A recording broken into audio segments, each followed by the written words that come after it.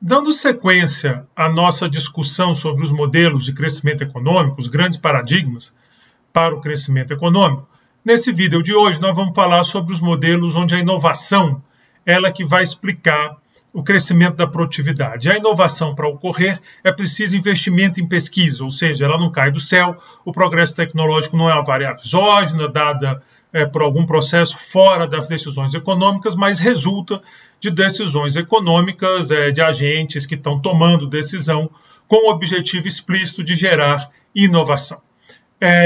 Do modelo neoclássico, que nós vimos no começo dessa unidade, dessa sequência de vídeos, o crescimento de longo prazo é determinado pelo aumento da produtividade. Porém, lá não se explica de onde vem o crescimento da produtividade, fica como se caísse do céu, tem aquele A que cresce a uma taxa constante igual a G, eu acho que era gama ou G, mas eu acho que era G, aquele A cresce a uma taxa constante igual a G, mas ninguém explica de onde vem aquilo, como é que acontece para ter aquele crescimento. No modelo AK, que nós estudamos depois, nós vimos que tem outros caminhos para o crescimento, em particular a acumulação de capital, pode ser um caminho para o crescimento. Lá também tinha uma produtividade, mas nós também não explicamos como é que a produtividade pode crescer. É fácil fazer aquela produtividade crescer, é só fazer o AT igual a 0 elevado a GT, mas faltou isso, não tem uma teoria para explicar. A verdade é que explicar a produtividade não é uma tarefa simples, é uma tarefa bem complicada, porque ninguém sabe muito bem de onde que ela vem. Quer dizer, a gente tem ideia de alguns determinantes, mas não de todos. Então, quando eu falo de produtividade, eu posso estar falando de capital humano, por exemplo. Se ela não estiver bem medida ou se não estiver incorporada ao modelo, a produtividade acaba refletindo o capital humano acaba refletindo uma medida de produtividade. Você ser mais ou menos qualificado, você vai fazer o trabalho numa velocidade diferente. Mesmo que você considere, por exemplo, uma variável de anos de escolaridade ou matrícula, tem sempre o aprendizado prático, aquilo que você desenvolve à medida que executa uma tarefa, e isso também entraria. Então, pode ser um fator.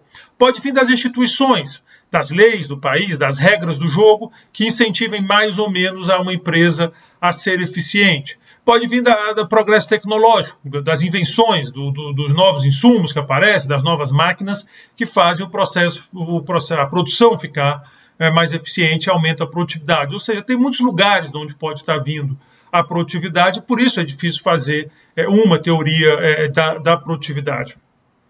Neste capítulo, nesse vídeo, nessa parte, nós vamos estudar modelos onde o progresso tecnológico ocorre a partir de ações deliberadas de pessoas que alocam recursos para tentar obter inovações. De fato, nós vamos estudar um paradigma e depois nós vamos fazer aplicações. Nesse vídeo, nós vamos estudar um dos paradigmas, que é o modelo de variedade, tem vários insumos, o modelo de qualidade de insumo, de variedade, eu não vou discutir nesse curso, é o Homer 1990. Quem tiver interesse, fala comigo. Se procurar, tem os vídeos do curso lá de Macro 1 da pós, onde eu cubro todos esses modelos, faço um leque maior, mas aqui eu vou estudar esse que vai casar melhor com as aplicações que eu quero fazer. A estrutura básica dos modelos, estudado aqui, eles vão seguir as linhas gerais de Aghion e Holt. Volto a dizer, o Acemoglu e Aghion e Holt são os livros que eu recomendo, que eu sugeri, não precisa comprar, mas se tiver interesse em um bom livro de crescimento econômico, são os livros que eu recomendo. Onde a economia tem 3 setores, então vamos trabalhar com a economia de 3 setores, um que produz o bem final, outro produz o bem intermediário e, finalmente, um setor onde acontecem as inovações. O setor de bem intermediário ele é caracterizado por concorrência monopolista, então ele sai do paradigma de concorrência perfeita que a gente viu usando até então. Bom, é importante ter poder de mercado nesses modelos, e vai ser uma característica deles, porque se você está todo mundo trabalhando em concorrência perfeita, a renda é destinada a pagar os fatores, capital e trabalho. E aí como é que você vai fazer para remunerar a pesquisa? Como é que funciona, Quer dizer, você bota lá, o capital e trabalho leva a renda inteira. Então, o poder de mercado ele vai funcionar aqui como você pesquisa, você consegue uma inovação. Com a inovação, você tem o monopólio naquele setor. Nós vamos começar só com um setor, depois nós vamos generalizar. E aí você vai ter um lucro de monopólio, e esse, então, é o incentivo à pesquisa. O incentivo à pesquisa vem do desejo de ter o monopólio em um determinado setor. Então, ele ali, o poder a pesquisa nesse tipo de modelo, ela decorre da existência de poder de mercado, primeiro porque é como financia, depois porque é o estímulo, né? O objetivo de você pesquisar é você ter esse poder de mercado e poder desfrutar desse lucro. Essa questão de monopólio e inovação, ela tem uma série de senões, uma série de nuances. Nós vamos ver uma visão em que o lucro de monopólio, ele acaba sendo o estímulo da inovação. Então, ele, digamos assim, ele é favorável à inovação, ao investimento em pesquisa, o que tem uma adesão à realidade, porque muitas vezes são empresas que desfrutam de lucro de monopólio, que investem em tecnologia, que têm setores de pesquisa avançados, mas tem argumentos contrários que vão no sentido de que o monopólio, ele usa o poder dele, tanto do mercado, quanto até o poder político que ele começa a obter, para barrar a adoção de novas tecnologias. O Parente e o Prescott tem um livro muito legal escrito sobre isso, Barrias to the Risks, que vocês podem encontrar se tiver interesse, onde eles vão desenvolver esse argumento que seria contra o monopólio, que também tem adesão na realidade, que também é fato que empresas estabelecidas tentam barrar a chegada de novas tecnologias que ameaçam essa empresa. Ou, em alguns casos, elas compram a tecnologia, passam a ser donas, mas tem a disputa e estão vários casos aí registrados onde algumas empresas elas tentaram usar de força para impedir a chegada de um novo produto. Então você tem essas duas visões de novo. Não se trata aqui de quem está certo e quem está errado, se trata de fenômenos que acontecem e aí você vai olhando num certo contexto qual que é preponderante, qual que não é. Bom, nesse modelo que nós vamos apresentar aqui, que é o de qualidade de insumos, a nova tecnologia ela vem na forma de novos bens intermediários, novos insumos, digamos, novas matérias-primas que permitem fabricar melhor. Então, antigamente você tinha que fazer carro com aço, né, ou ferro, um negócio assim. Hoje você tem umas fibras super leves e o carro fica mais leve, fica mais seguro, gasta menos combustível. A ideia é essa, esses insumos novos que vão chegando, eles que vão trazendo o progresso tecnológico. Então, é daí que vem o insumo. Mas ele expulsa a tecnologia existente. Então, quando chega a tecnologia nova nesse insumo, o insumo usado anteriormente, ele fica deixa de ser desejável. Ele é um insumo pouco eficiente, ele não vale a pena. Então, ele expulsa do mercado quem está chegando. Por enquanto, nesse vídeo de hoje, nós não vamos tratar da possibilidade do detentor do direito da tecnologia tentar barrar a tecnologia nova. Então, eu sou monopolista, eu estou vendendo um tipo de insumo, que é o insumo que tem para ser usado na produção. Aí chega um cara com melhor do que o meu. Aqui, esse cara me tira do mercado. Conseguiu a inovação, eu dancei e saí do mercado. No próximo vídeo, nós vamos começar a discutir a possibilidade do monopolista barrar o cara. Dizer, não, eu vou dar um jeito de barrar esse cara, ou manipulando o mercado, ou conseguindo uma lei, uma coisa assim, que dificulte que esse sujeito consiga inserir a tecnologia que ele desenvolveu no processo produtivo. Bom, essa ideia de que o crescimento se dá por novas tecnologias que expulsam tecnologias existentes remonta a um economista muito importante, que teve ideias em várias áreas, uma contribuição gigantesca para o pensamento econômico, que é o Schumpeter. Tem gente que fala Schumpeter, e ele é austríaco, realmente não sei a maneira mais certa de falar. Schumpeter, eu realmente não sei, então vamos ficar aqui com a versão aportuguesada. Mas ele batizou esse processo de destruição criativa, a ideia dele de que, esse é um nome que eu uso desde a graduação e sempre me bananei na hora de falar. Eu já devo ter ouvido certo várias vezes, mas de pessoas que falam diferente. Mas ele batizou de destruição criativa. Então nós vamos ter esse processo de destruição criativa, e não é à toa que os modelos de qualidade também são chamados de schumpeterianos, porque trazem essa ideia do insumo novo, expulsa o insumo menos eficiente, então destrói aquele lá para criar o novo e mais eficiente. Então, para fazer o modelo, eu vou pedir para vocês imaginarem que a cada período existe L indivíduos, eles estão lá no mesmo período, eles vivem por um período e oferecem uma unidade de trabalho de forma inelástica. Eu não quero modelar mercado de trabalho, porque já vai ter muita coisa acontecendo aqui para eu botar mais um mercado. Quer dizer, eu não estou seguindo a Guion não quis, mas é uma sábia decisão. Por simplicidade, suponha que esses indivíduos são neutros em relação ao risco. Grosso modo, eu quero dizer o seguinte, eles estão maximizando o consumo, eles estão interessados no maior consumo possível, não tem curvatura, né? Aquela curvatura da função de utilidade que separa as coisas. Estou pedindo para tirar também, de novo, para simplificar o argumento, ficar o argumento mais simples possível. A produção dos bens finais ocorre em concorrência perfeita. E tem um único bem intermediário, depois nós vamos botar mais, mas agora vamos começar só com um para a gente entender a lógica do modelo. Esse único bem intermediário tem um monopolista. Então lá tem um monopólio que ele é dono do direito de produzir o bem intermediário dessa economia.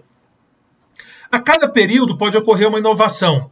Essa inovação ela pode aumentar a produtividade do setor de bens finais por oferecer um bem intermediário mais eficiente. Então, a cada período pode ocorrer, não quer dizer que vai ocorrer, mas tem essa chance de ocorrer uma inovação. Se ela ocorrer, aparece um insumo novo, tchau para o insumo antigo, e o cara que tem essa inovação, que vai ter o direito do insumo novo, ele passa a ser o monopolista do setor de bem intermediário.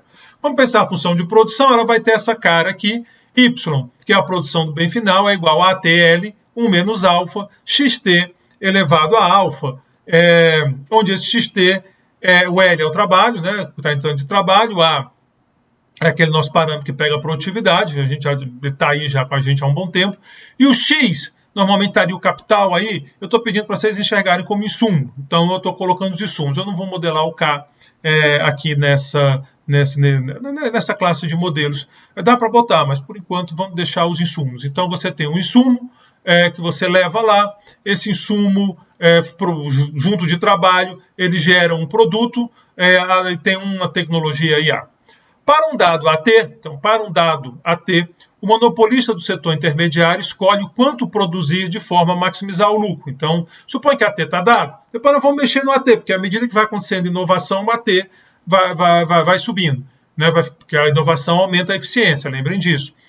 Mas eu estou supondo, supõe que AT está dado. Então, nós estamos numa situação lá onde o AT é aquele, não está acontecendo a inovação agora. Então, para um dado AT, esse monopolista do setor intermediário, ele quer maximizar o lucro dele e ele vai escolher o quanto produzir, mas ele não está em competição perfeita, ele é um monopolista. Então, o lucro dele é PT, XT menos XT, onde PT é o preço, né? O preço que ele está vendendo esse insumo. Ele vende a um preço X, e aí ele tem essa função.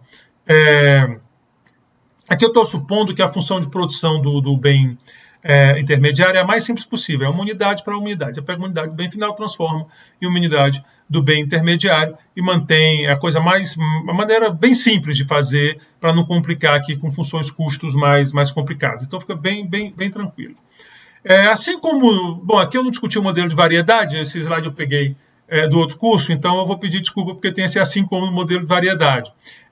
Mas então assim, nesse modelo, a demanda pelo bem intermediário é determinada no setor de produção do bem final. De forma que o preço do insumo será igual à contribuição marginal do insumo para a produção. Por que eu estou dizendo? Estou dizendo o seguinte, da onde vem a demanda pelo bem intermediário? Quem compra o bem intermediário? Ora, quem compra o bem intermediário é o produtor do bem final. É para isso que serve o bem intermediário, para ser usado no bem final. Então, a demanda pelo bem intermediário vai vir da decisão do bem final. Mas o cara que produz o bem final, ele está em concorrência perfeita. E se ele está em concorrência perfeita, o que ele paga pelo insumo dele é a produtividade marginal desse insumo. Então, vale que a demanda, né, vindo lá do bem final, é a derivada de Y em relação a X, que é igual a alfa, ATL menos alfa, XT, alfa menos 1. Então, você tem esse resultado. Isso é aquela demanda inversa que vocês viram lá no curso de microeconomia.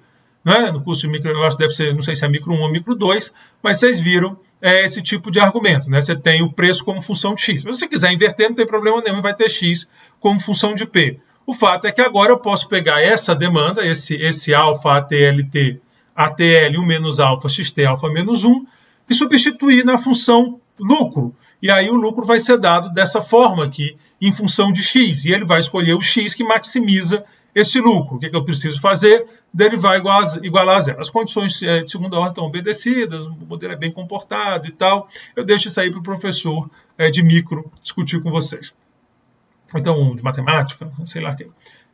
Então, da condição de primeira ordem, quer dizer, derivar igualar a zero, se eu derivar igualar isso aqui a zero, derivar em relação a x, então vai ficar alfa quadrado ATL 1 menos alfa, x alfa menos 1 igual a zero.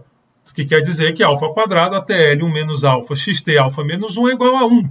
O que implica, resolvendo para x, que xt é igual a alfa 2 elevado a 1 menos alfa AT L, né? Porque se eu passo para cá, esse 1 menos alfa vai embora, sobra aquele 2, 1 menos alfa. Então, essa é a quantidade de insumo que maximiza o lucro do monopolista lá do setor intermediário. É isso que ele vai produzir e vai jogar no mercado. Vai vender a que preço? Eu tenho uma função, é só substituir que eu obtenho. Então, esse lucro eu posso escrevê-lo. Isso aqui é a quantidade, né? O X que produz. Se eu quiser saber qual vai ser o lucro, é só substituir X aqui. Se eu quiser saber qual vai ser o preço, é só substituir X aqui. Eu tenho esse X agora, eu conheço esse X. Então, eu vou tentar saber o lucro do monopolista. Alfa, ATL 1 menos alfa, X, que é esse cara aqui. Né? A gente acabou de ver, ó, esse aqui é o X. Está aqui o X. Então, eu vou botar o X aqui, menos X de novo. X de novo. Aqui o X está elevado a alfa, aqui não. Faço a conta, faz a conta aí, né? Se diverte um pouco. E aí vai ficar essa expressão, alfa 1 mais alfa sobre 1 menos alfa, ATL menos alfa 2, 1 menos alfa. Então, essa é a expressão que nós vamos ter para a menos alfa 2. E aqui tem um ATL, né? Aqui tem um ATL, passou batido, mas aqui tem um ATL, senão essa conta não foi, porque ele não tem como sumir daqui sozinho o ATL, então ele tem que estar aqui.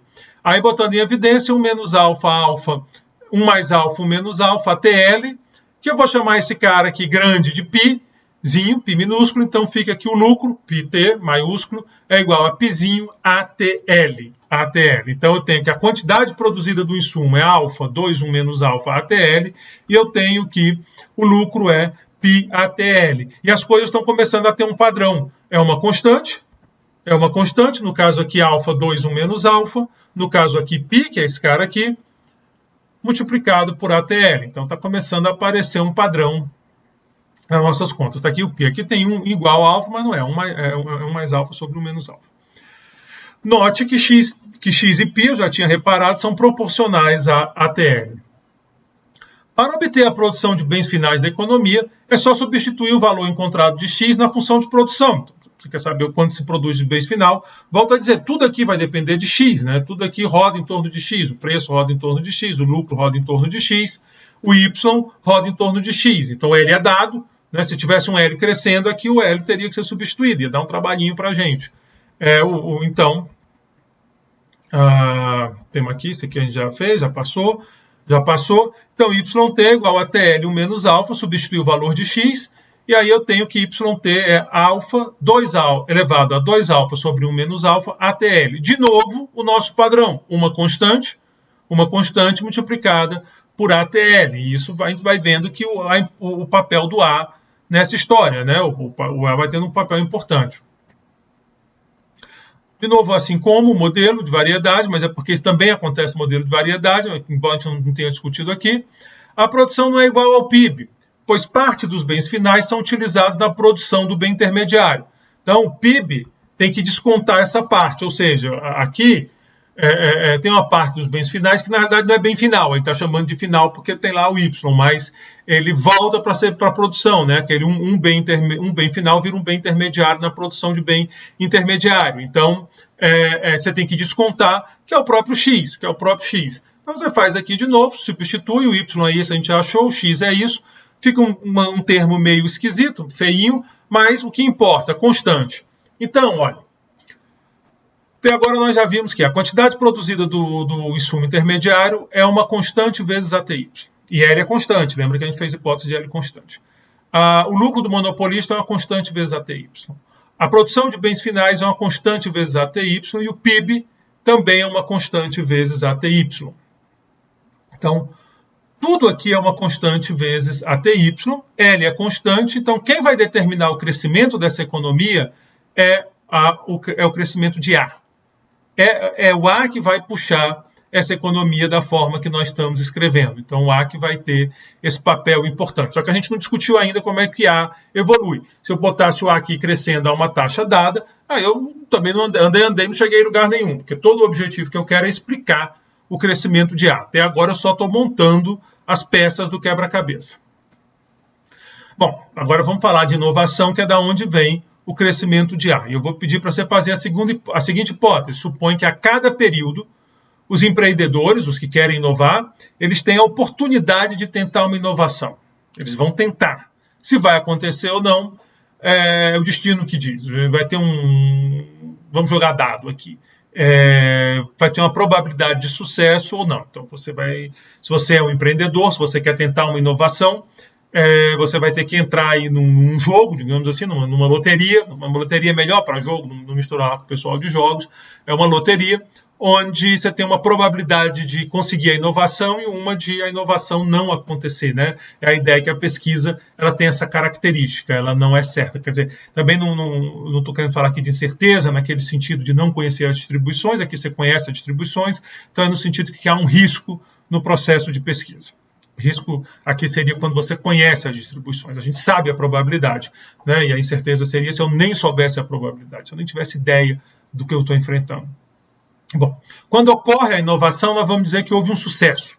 Nesse caso, é criado um novo bem intermediário que leva a um ganho de produtividade, ou seja, a um aumento de AT. Então, se você consegue um sucesso, um novo bem intermediário aparece e esse bem intermediário aumenta a produtividade. Caso a inovação não ocorra, dizemos que houve um fracasso e o nível de produtividade permanece o mesmo. Então, continua tudo assim. Se você quiser simplificar a discussão, você imagina o seguinte: caso não ocorra a inovação, o monopólio é sorteado para alguém. Alguém vai ser o novo monopolista, para não complicar o lado dessa parte aí do monopólio, da estrutura de mercado. Então, o AT ele vai ter essa característica. Ele vai ser gama AT-1 quando for sucesso e ele vai ser AT-1 quando for fracasso. Então, se der certo, ele dá um salto de gama. Se der errado, ele fica onde ele está em T-1. Gama é maior do que 1, obviamente, né? Porque senão você teria um retrocesso tecnológico, não um avanço. Ele representa o ganho de produtividade obtido no caso onde a inovação ocorre. Então, quando você consegue uma inovação, você tem um ganho de produtividade gama. Então, é assim que acontece a inovação. Nós estamos modelando esse processo. A cada período, você pode tentar uma inovação. Se você consegue a inovação, você dá um salto e vai para a gama T-1, gama maior do que 1. Se você não consegue a inovação, você fica onde você estava no patamar tecnológico. Agora, para inovar, não basta querer. Não é só dizer, eu quero tanto tentar uma inovação. Não, tem que gastar dinheiro. Gastar dinheiro para inovar. Alguns autores fazem que você precisa usar tempo de trabalho.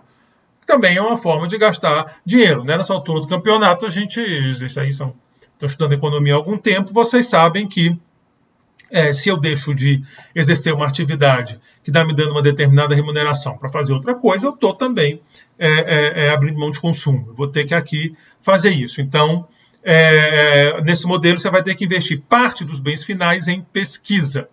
Então, você vai pegar parte do bem final que você conseguiu lá, em vez de consumir, em vez de comer esse bem final, você vai ter que investir em pesquisa. Quanto mais você investir, quanto maior o investimento que você fizer, maior a sua probabilidade de ocorrer uma inovação. Então, você tem uma situação interessante, né? Eu tenho aqui a loteria da pesquisa, eu posso entrar nessa loteria, mas a probabilidade de dar certo depende da grana que eu colocar nessa loteria. Se eu estiver disposto a botar muito dinheiro, eu tenho uma chance alta de conseguir a inovação. Se eu estiver disposto a botar pouquinho dinheiro, a minha probabilidade vai ser baixa de conseguir. Vamos chamar essa probabilidade de MT. E vamos chamar a quantidade do bem final que você usa para financiar a pesquisa, que você bota em pesquisa, de RT. E vamos chamar de A estrela, que é igual a gama T-1, o nível de produtividade no caso em que a inovação ocorre. Então, MT, probabilidade de eu ter sucesso. RT, o quanto eu vou investir, quanto eu vou botar de bem final no processo de pesquisa. E A estrela T, que é igual a gama T-1, é o nível de produtividade que eu tenho se eu conseguir inovar. Só para fazer uma hipótese, a gente botar um exemplo, não ficar assim tão abstrato, tão distante, vamos supor que μ é uma função φ de R A estrela T. Depois a gente dá uma forma para φ. Então, mi, essa probabilidade a ideia aqui é o seguinte, ela é crescente em R sobre A estrela, quanto maior for R, maior a probabilidade, mas também, quanto maior for o salto de produtividade que vai acontecer, menor vai ser essa probabilidade. Então, é bem razoável. Se eu boto mais dinheiro, eu tenho mais chance, mas também se eu quiser fazer um negócio muito espetacular, a minha chance vai diminuindo de conseguir. Filinha maior do que zero, como eu disse, para poder ter... faz sentido, né? Não faz sentido. Se fosse decrescente, eu boto mais dinheiro e diminui minha chance. Fiz duas linhas menor que zero também para garantir, ótimo, essas condições de segunda ordem, ficar tudo bonitinho. Ou seja, tem um rendimento decrescente aqui presente. Um exemplo de função que atende essa condição e é bastante usado aqui em vários modelos, vai ser, sempre nosso exemplo vai ser esse, porque é um exemplo bem legalzinho, é lambda n elevado a sigma, onde n é R sobre A estrela. Estou botando n só para não ficar falando RT sobre A estrela, já vamos falar o n.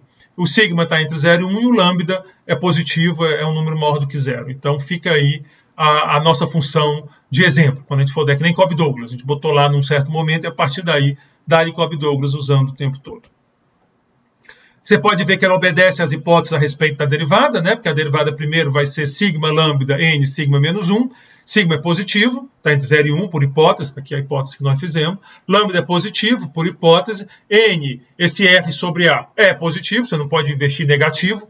E o A também é positivo, é o nível de tecnologia, então filinha é positivo. A segunda derivada vai ser sigma, sigma menos 1, lambda. Positivo para o N, positivo para o lambda, positivo para o sigma, mas como sigma entre 0 e 1, sigma menos 1 é negativo, então segunda derivada negativa. Então a funçãozinha de exemplo boa, que obedece às propriedades que nós queremos e é fácil de trabalhar. Bom, quando ocorre inovação, o empreendedor se torna o monopolista do bem intermediário durante o período. Do contrário, como eu falei aqui, para simplificar, porque senão esse modelo ia ficar bem mais complicado. Você podia imaginar o seguinte, se não tem inovação, o cara perde o monopólio e vai para a competição perfeita. O problema de fazer isso é que aí você teria que modelar isso também. Então, caso inovação, ali trabalha em monopólio. Caso não inovação, ali trabalha em concorrência perfeita. Isso dificultaria um bocado a construção do modelo, porque o X ia ter que depender de ter acontecido ou não aquela inovação, não apenas pelo A, que é a força que puxa, mas também por essa questão de sumir o lucro de monopólio, né? Então o lucro econômico seria zero ou aquele que nós demos, complicaria um bocado. Então, para manter a hipótese que lá tem um monopólio, você diz que sorteou para alguém dessa nova geração que veio, que todo mundo, cada pessoa vive um período aqui, né? Então todo mundo sorteia, você vai ser o monopolista, segue a vida.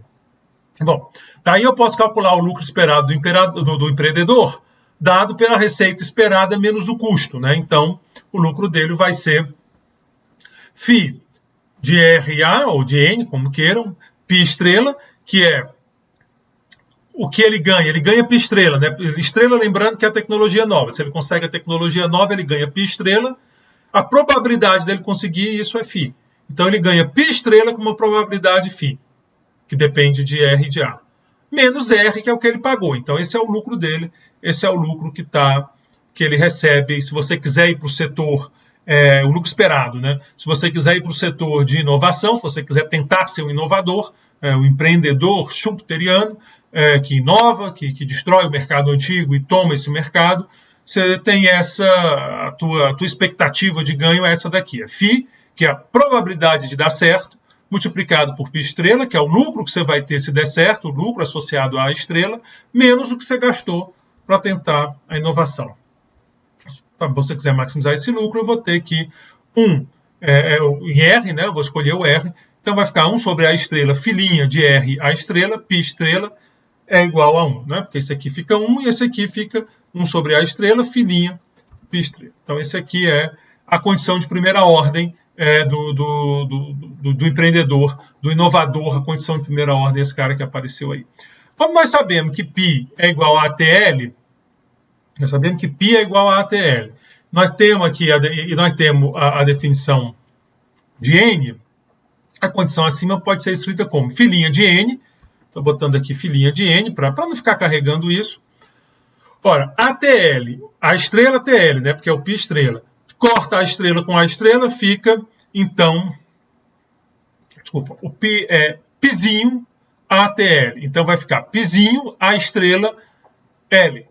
A estrela TL. Por quê? Porque eu estou falando do π estrela. Então, a estrela corta com a estrela, vai ficar filhinha de N, πzinho L igual a 1, que é exatamente essa expressão que eu tô pegando aqui. Então, filhinha de N, πzinho L igual a 1. Essa equação é chamada equação de arbitragem do setor de pesquisa, também a numeração, mas é bom porque é útil, porque a gente pode falar das coisas, mas eu acho que está seguindo aqui o do slide sim, porque quando você compila, ele renumera, então está seguindo, da unidade.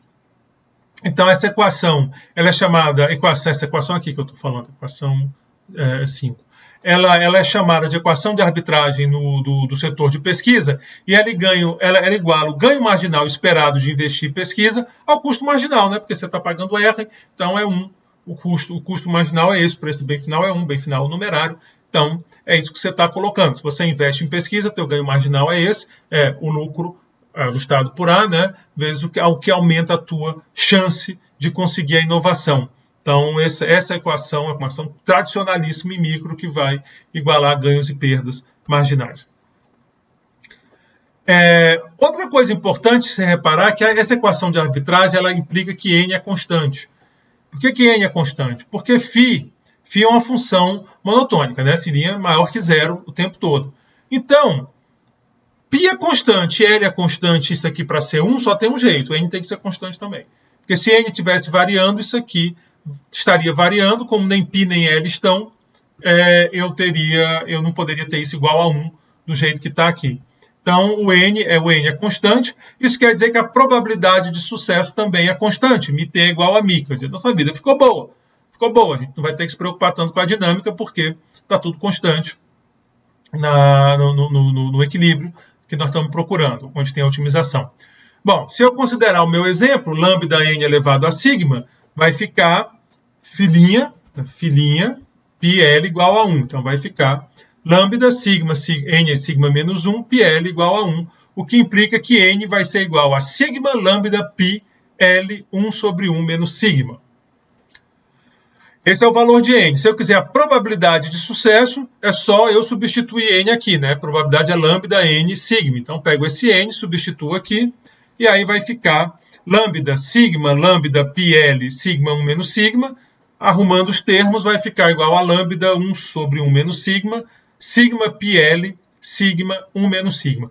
É ruim né, falando assim, mas a gente está fazendo aqui derivar igual a zero. Se vocês fizerem isso em micro, ad náuseas. Eu não sei lá se vocês fizeram micro com quem fez, se foi o Zé Guilherme, se foi o Leandro, se foi o Rodrigo, os mais antigos, talvez com o Gil. Seja lá com quem vocês fizeram micro, eu tenho certeza que vocês fizeram esse tipo de exercício o tempo todo. Então, é ruim, porque a gente fala lambda 1 menos sigma, sigma, pi, né? Parece que a gente, nossa, não, mas é só fazer a continha e tal, é porque é ruim de ler mesmo, mas os resultados que a gente está aqui é tudo muito direto, a gente não está usando, como eu tinha dito, o curso foi desenhado para não ter que partir para esse lado de programação dinâmica. Então, estou usando os modelos, eu selecionei os modelos do meu outro curso de crescimento que não precisam dessa estrutura. Então, é só fazer as derivadas que vocês vão encontrando tudo, os resultados todos. Vocês podem fazer isso em casa para ir treinando. Então, nós já vimos o seguinte, a produção de bens finais, o PIB, a produção do bem intermediário, o lucro do monopolista são proporções de A. Desta forma, a taxa de crescimento dessas variáveis, que vai ser a taxa de crescimento da economia, porque o PIB é assim, quer dizer, o PIB é constante até L. Constante, parou. L, por hipótese, parada. Então, qual vai ser a taxa de crescimento do PIB? A taxa de A. O PIB cresce com A. Mas e se eu tivesse feito L crescendo? Não tem problema. Você, em vez de trabalhar com PIB, é trabalhar com PIB per capita. PIB sobre L, que aí ia ser constante A. E aí ia crescer igual a taxa de A. Mas se eu quiser o crescimento do PIB, é a taxa de A mais a taxa de L. Então, como eu disse, essa hipótese não atrapalha muito o modelo, só simplificou o L constante, mas o que interessa para a gente aqui é a taxa de crescimento de A, porque é a taxa de crescimento de A que está puxando todo mundo. E aí, como é que A cresce? A cresce com as inovações. E qual a probabilidade de ter uma inovação? Eu já sei. Está aqui minha probabilidade de inovação. Então, estou chegando, estou andando. Taxa de crescimento de A, por definição, é AT menos AT menos 1 sobre AT menos 1. Né? Essa aqui é a definição da taxa de crescimento, eu estou chamando de G. Mas qualquer variável que eu queira, a taxa de crescimento tem esse formato. Pela equação 4, sabemos que AT é igual a gama AT menos 1, com probabilidade μ, e AT é igual a AT menos 1 com probabilidade 1 menos μ, ou seja, probabilidade μ, sucesso, AT igual a gama AT menos 1, ao salto tecnológico, com probabilidade 1 menos μ, fracasso, e AT continua igual a AT menos 1. Da definição de G, eu estou dizendo que G vai ser gama AT menos 1 menos AT menos 1 sobre AT menos 1, que é igual a gama menos 1, com probabilidade μ. E com probabilidade 1 menos μ, G vai ser 0. Então, se eu quiser saber o valor esperado de G, é só ponderar usando as probabilidades. Então, vai ficar G, né, eu estou chamando de G, se é de GT, vou chamar só de G, é igual a μ gama menos 1. Se eu quiser ser precioso, mais 1 menos μ vezes 0. Dá no mesmo, 0 menos μ, só para manter a lógica. Então, μ, que é a probabilidade de acontecer esse caso, vezes o que acontece nesse caso, mais 0, que é a probabilidade de acontecer esse caso, vezes... mais 1 menos μ, de novo, né? 1 menos μ, que é a probabilidade de acontecer esse caso, vezes o valor de G nesse caso, que é 0. Então, como não tem por que ficar somando com 0, G, a taxa de crescimento da economia, é igual a μ, que multiplica gama menos 1. Ora, essa equação é muito típica de modelos com inovação via qualidade. É muito tradicional mesmo. E ela vai dizer o seguinte: a taxa de crescimento da economia é a probabilidade de ocorrer uma inovação, μ, multiplicado pelo ganho de produtividade que a inovação traz, gama menos 1. Então é bem intuitivo você parar para pensar. Essa economia cresce por conta de inovação. Mas como é que acontece a inovação? A inovação acontece lá num processo, tem uma loteria, tem uma coisa aleatória, tem uma distribuição simples, gama consistente. Mas eu quero fazer uma distribuição mais complicada. Faz, não tem problema nenhum.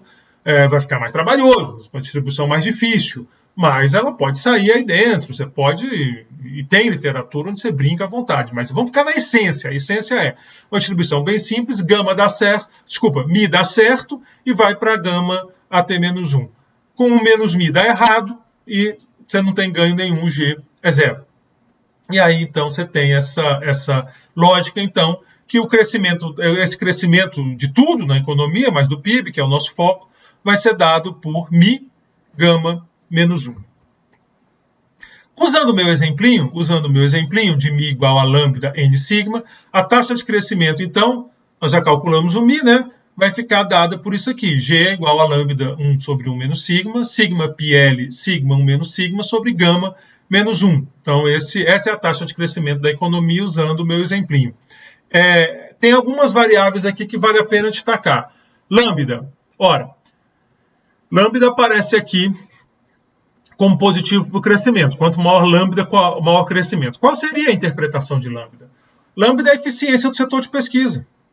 Por quê? Porque essa função aqui, para o mesmo R e para o mesmo salto tecnológico, ou seja, dado um N, quanto maior lambda, maior probabilidade. Então, se você tem um setor de pesquisa muito eficiente, sua economia vai crescer bem. Então, é um modelo de inovação, né? Inovação é o motor, então o setor onde acontece a inovação, ele conta a história. Então, esse é o papel de lambda. Outra variável, o gama é importante, que é o salto tecnológico, óbvio que é importante, mas uma variável que eu quero chamar a atenção é o pizinho, porque o pizinho é o parâmetro do lucro do monopolista. Então, o que eu estou dizendo aqui é que quanto maior for esse parâmetro, ou seja, quanto maior for o parâmetro que determina o lucro do monopolista, né, que ele vai determinar para um dado ATL, né, maior será o crescimento da economia. Por que isso? E aí é que eu falo, esse modelo é um modelo que a ideia é que o lucro de monopólio é o alimento do pesquisador. Então, se você dá mais alimentos, se você dá mais incentivo a investir em pesquisa, a probabilidade de acontecer vai ser maior e, portanto, você vai ter mais crescimento. Alguém mais... Não sei, cínico é um termo pesado, talvez, pode dizer o seguinte, olha, é muito bonito que professores universitários, pesquisadores, fiquem dizendo que o crescimento da economia depende deles. Mas, a gente tenta se virar. Não, mas é um argumento bem razoável se você está botando foco. Né? Nós estamos falando de 3 classes de modelo, e essa classe aqui ela depende muito do setor de pesquisa. Então, os parâmetros-chave aqui vão ser, se você pega o modelo de capital humano, é melhor ainda para a gente, porque aí a educação, então a gente é professor, a gente é pesquisador, a gente está bem, né, nesses modelos, né? Mas estou brincando só para animar aqui.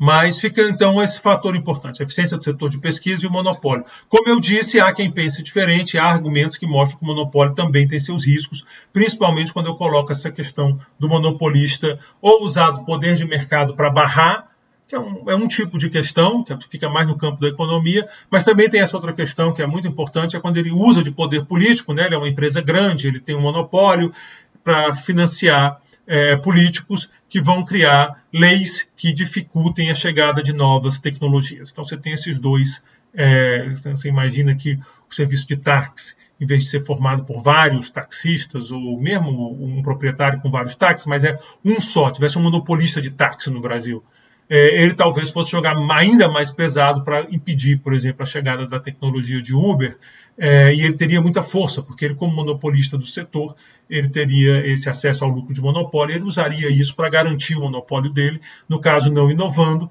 mas fazendo lobby com as autoridades. Então, esse é um contraponto. Nós vamos falar um pouco dessa questão aqui, não na abordagem do parente do Prescott, na abordagem do Aghion e do Howitt, mas é um assunto que eu acho importante, principalmente que a gente está num país onde essas coisas acontecem muito.